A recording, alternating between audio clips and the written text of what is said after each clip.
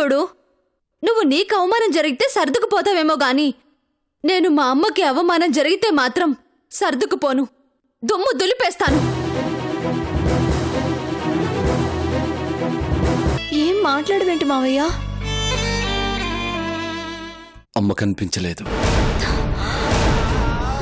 ఈ దరిద్రాన్ని తీసుకొచ్చి ఇంట్లో పెడితే ఊరుకున్నాను కదా అని తల్లిని కూడా తీసుకొచ్చి తద్దినం పెట్టాలని చూస్తున్నారా?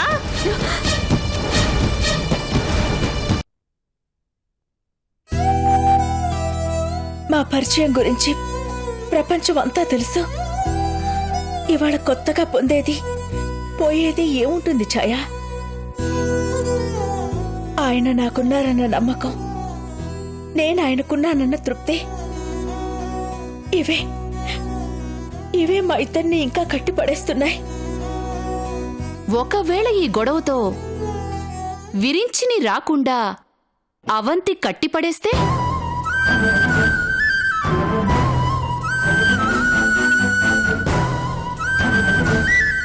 చచ్చిపోతానేమో. అలా మాట్లాడకు. నిన్న కాక మొన్న పుట్టిన పిల్ల తెలిసి తెలియకుండా అన్న మాటలు ఆయన అంతగా పట్టించుకోరేమో. ఎలా చెప్పగలం? విరించి పట్టించుకోకపోయినా అవంతి పట్టించుకుంటుందిగా. అవంతి పట్టించుకుందంటే రిషి పట్టించుకుంటాడు. అప్పుడేం చేస్తావు? లేదు ఛాయ, విరించి గారు వాళ్ళాపితే ఆగరు. కానీ చైత్ర అన్న మాటలతోనే ఎంతగా బాధపడ్డారో. రావాలని ఉన్నా రావడానికి అహవట్టు ఆగిపోయారో. అసలు ఆయన మనసులో ఏ ఉద్దేశం ఉందో ఎలా తెలుసుకోవడం? ఏంటిది సౌదా? అభద్రత చాలా కఠినమైన పదం కదూ. పలకడానికే కఠినంగా ఉండే పదం అనుభవించడానికి మరింత కఠినంగా అనిపిస్తుంది. ఇల్లాలినైతే తాళిని అడ్డం పెట్టుకుని హక్కుల కోసం పోరాడేదాన్ని. ఏ అగ్రిమెంట్ ఉందని, ఏ కమిట్మెంట్ ఉందని, మా మధ్య ఏ గ్యారంటీ రిలేషన్షిప్ ఉందని ఆయన్ని శాసించగలను ఛాయ? పొద్దున్నే కారెక్కిస్తూ చెయ్యి ఊపి, సాయంత్రం అలసిపోయి రాగానే కాఫీ ఇచ్చి, స్నానానికి నీళ్లు పెట్టి, వేడివేడిగా భోజనం పెట్టి, ఇవన్నీ నా కలలు. అవన్నీ కలలే.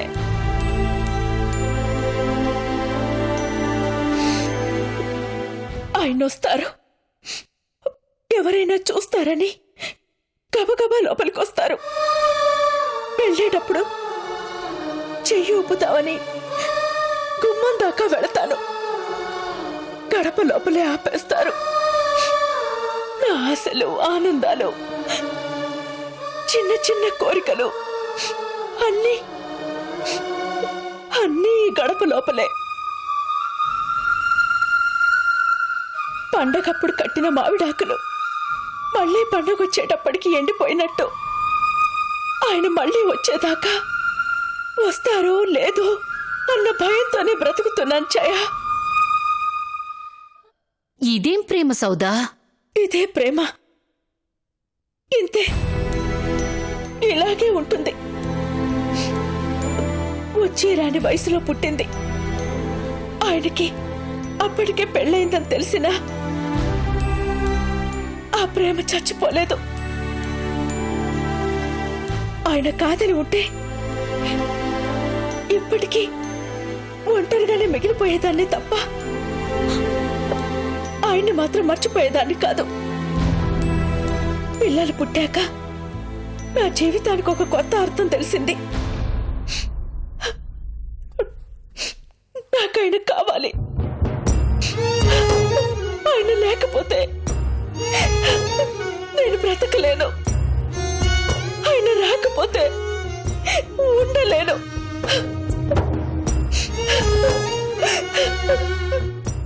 పిచ్చిదాన్నైపోతాను జయ, పిచ్చిదాన్నైపోతాను. నా సంతోషం, విషాదం అన్నీ ఆయనతోనే ముడిపడి ఉన్నాయని ఆయనకి ఎలా చెప్పాలి, ఎలా చెప్పాలి?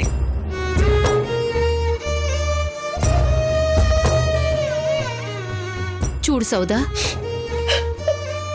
ఒక్కసారి ఒకరి భుజం మీద తల పెట్టుకుని ఓదార్పు కోరుకోవటం అలవాటైందంటే ఇక అదే కంటిన్యూ అవుతుంది డియర్. నన్ను చూడు, ఎప్పటికీ ఎవరి షోల్డరు ఆశించను.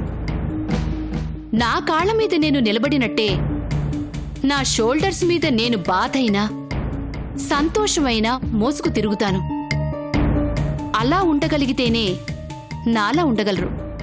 లేదా నీలా బాధపడిన ప్రతిసారి సేద తీరటానికి ఒక భుజాన్ని వెతుక్కోవాల్సొస్తుంది. నేను చెప్పింది నీకు బాగా అర్థమైందనుకుంటాను. Bye, good night.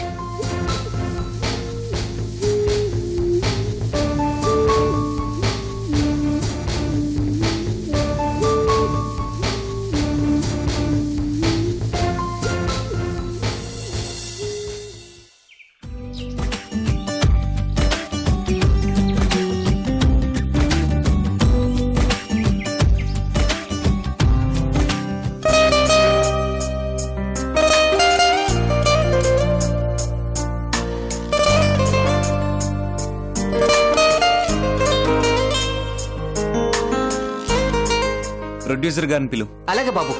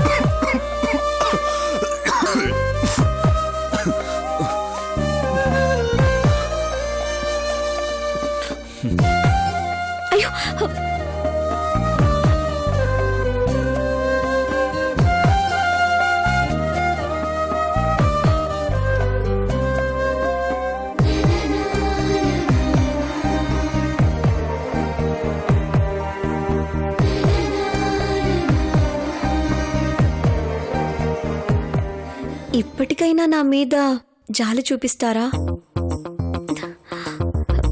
నా మీద జాలి, దయ, కరుణ, కనికరం చూపించండి ప్లీజ్. Just minute.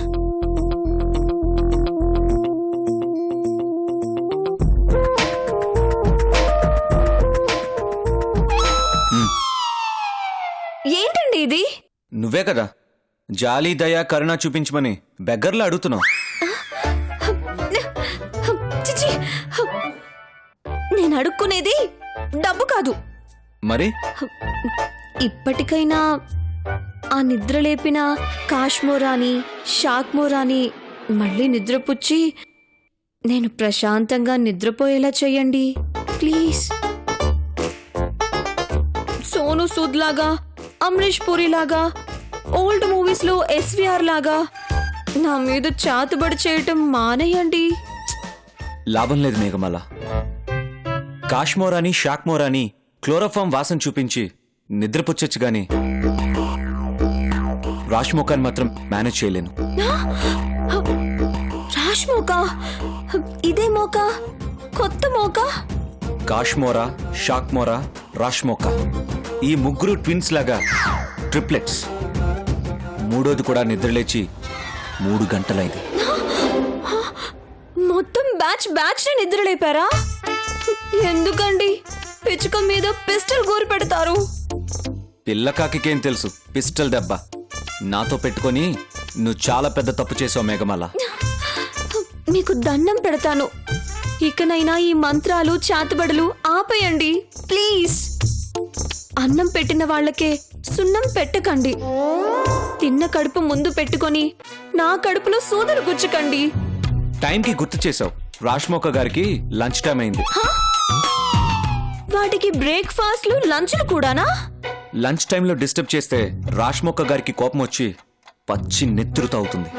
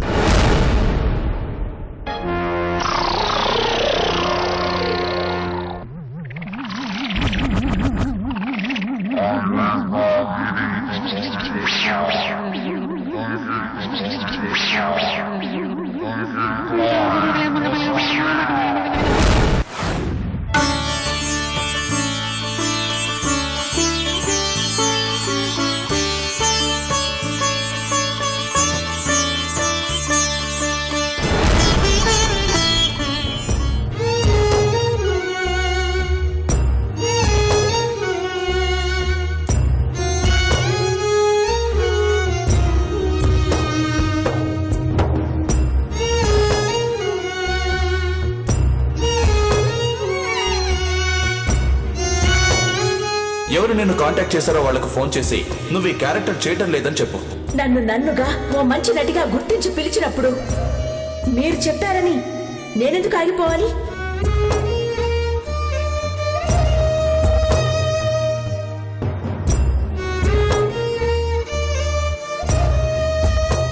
జూనియర్ ఆర్టిస్టులతో పాటు క్యారెక్టర్ ఆర్టిస్టులతో పాటు కూర్చొని తినడం నాకు ఇష్టం లేదు.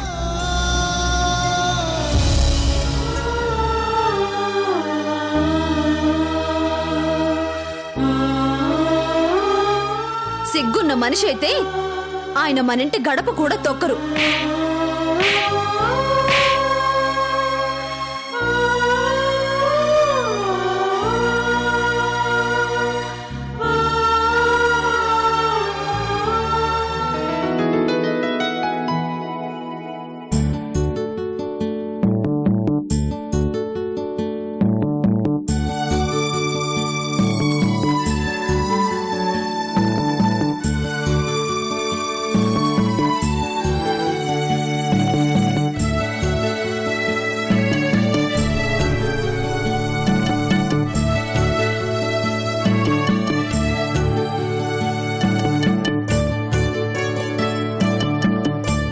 సౌదామిని, మీరా?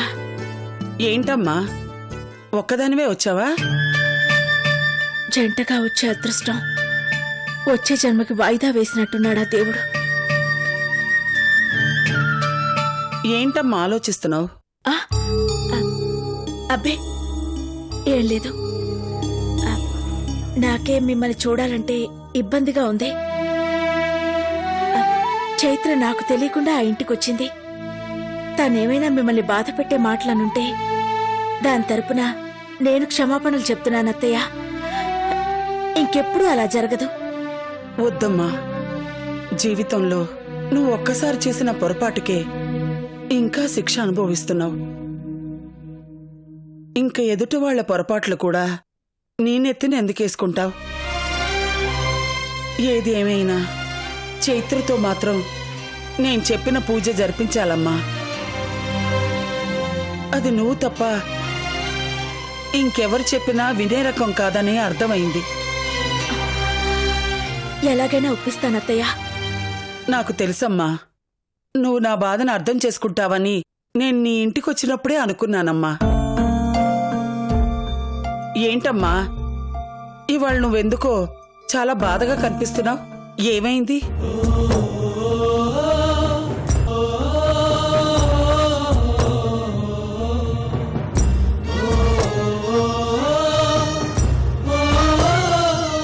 ఏం లేదత్తయ్య.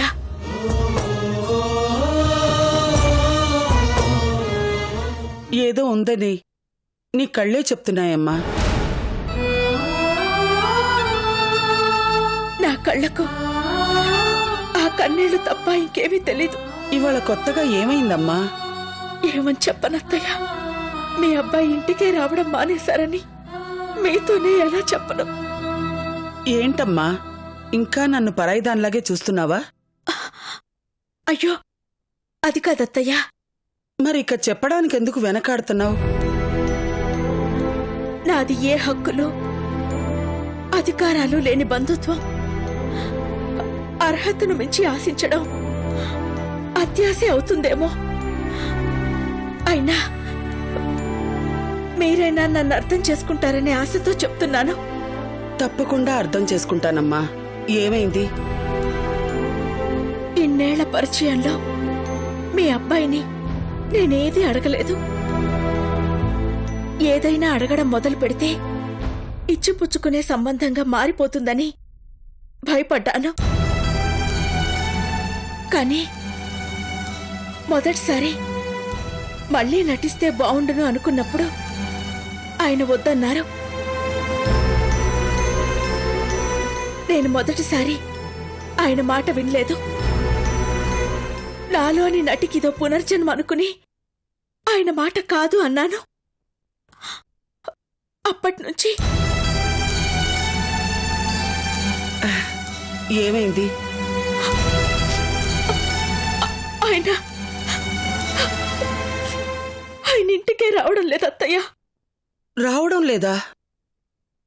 నేను గమనించలేదే.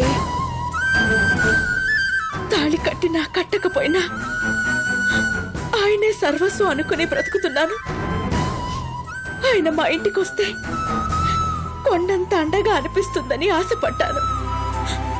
అక్కడ ఏ బాధ కలిగినా ఏ సంతోషం కలిగినా వచ్చి నాతో చెప్పుకుంటుంటే కనీసం ఆ విధంగానైనా ఆయన నా దగ్గరకు వస్తున్నందుకు తృప్తి పడ్డాను.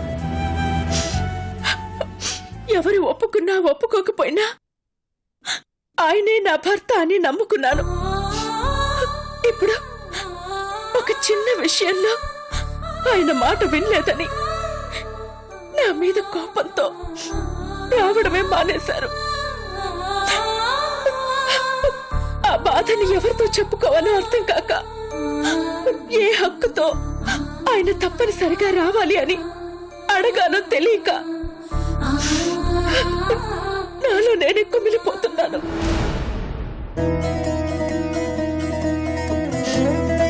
ఇద్దరు పిల్లల్ని కన్నాక కూడా నీకు ఏ హక్కు లేదని ఎవరంటారమ్మా? తాళిబొట్టు అనేది సంఘం పెట్టిన సంప్రదాయమే అయినా వాడి వంశాన్నే మోస్తున్న దానివి. మా గోత్రమే మా ఇంటి పేరే నీకు నీ పిల్లలకి చెందుతాయమ్మా.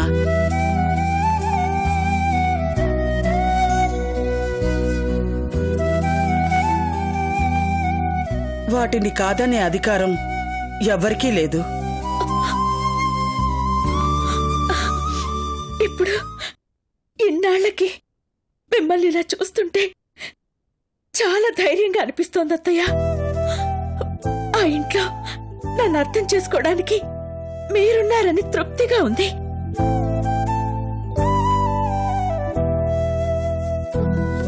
కానీ ఆయన బాధపడకమ్మా. ఈ కోపాలు ఎంతకాలం ఉంటాయి? వాడికి ఎక్కడ చిక్కాకుంటుందో ఎక్కడ సంతోషంగా ఉంటుందో బాగా తెలుసు. అన్నీ చక్కబడాలని ఆ భగవంతుడిని కోరుకుందాం.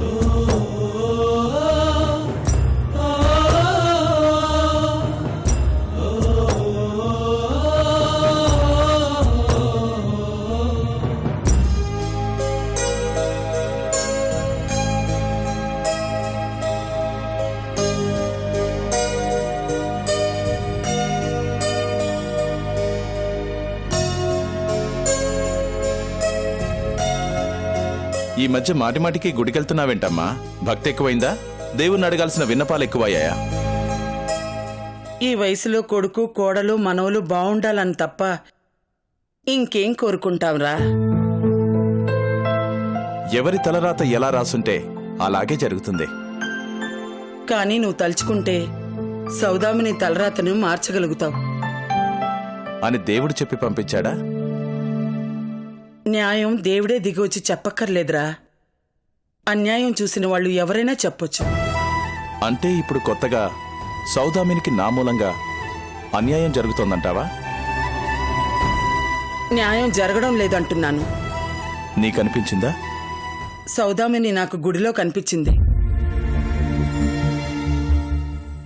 కనిపించి నువ్వు రావడం మానేసావని చెప్పుకొని బాధపడింది.